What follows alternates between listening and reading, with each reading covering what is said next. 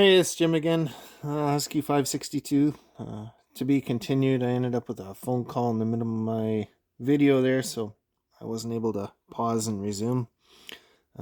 Anyways, um, this is, like I said, they're a 1 year old factory short block, so the whole bottom end is brand new.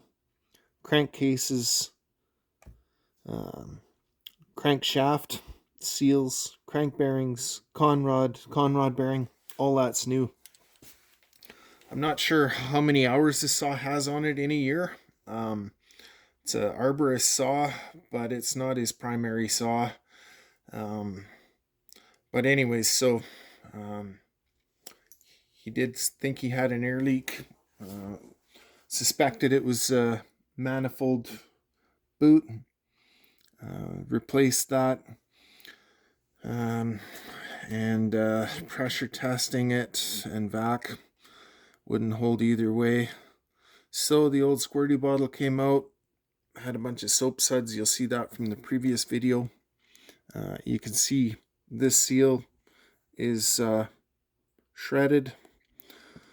I started to explain there on the last one there that what I've been seeing with these is these nylon bearings. This is the cage. It's supposed to hold your bearings spaced evenly. I believe part of the problem is the fact that these saws run really hot and lean, and possibly that and a combination of guys over tensioning the chain, or if you got your rakers filed down too low, it creates quite a bit of torque on that nylon cage. And what happens with them is the cage starts to deteriorate. Your bearings end up starting to pile up on one side, and so what happens is then the crank is able to move forward and your bearings end up loose. And this one here, I think it's from the one that went through my 562 about 2 years ago. And it's unfortunate. I think it's missing two bearings, 2, 4, 6, 7, maybe one only. 2, 4, 6, 8. Yeah, so it's only missing one bearing. But when that bearing went through, and these do run stuffers, the 555s don't. But anyways, there's enough room in this hole here, either of these two holes, for that bearing to end up going through your crankcase up the transfer, and it collides with the piston inside the cylinder, and it ends up making a huge scuff there. On the ones that don't have the crank stuffers, I believe they get better lubrication in the bottom. And I was actually able to see on a 555 that I was going to rebuild for a fellow there that the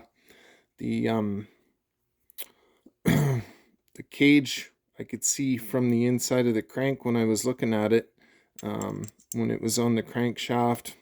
And not a lot of room, but was able to see that the cage was actually cracked and broken.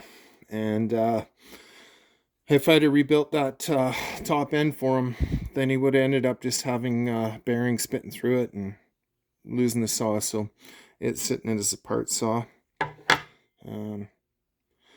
And I'm not just slagging on Still.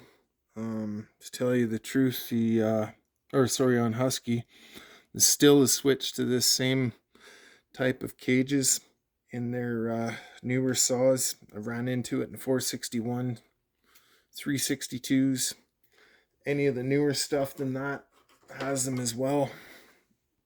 So it just kind of is disappointing, if nothing else, that the durability isn't there. Their theory with the nylon cages is that there's more durability in them. They're able to flex more and stuff. But I think with this side loading, the way it occurs on these saws, especially, like I said, with the torque on the output shaft, the way it is, it really does transfer all that torque to that cage, and I mean the results speak for themselves. So and the frustrating, one of the other frustrating things is, I guess, when you look at contemplating between rebuilding one of these things versus doing the short block.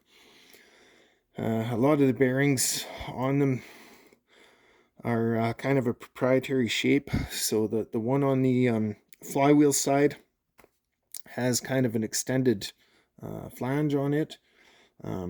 This one here is actually a bit of an oddball width. Instead of being the regular 6202, which is 11 mils wide, these ones are 13. The more commonly available wide race would be a 16 mil, so they made her right in between that. Anyways, so finished tearing this down, but like I said there, usually when that nylon cage goes, that's why it rips the seal out. So I'm a little bit worried that it's not going to just be the seal, but hopefully it will be. Anyway, enough rambling. Have a good day.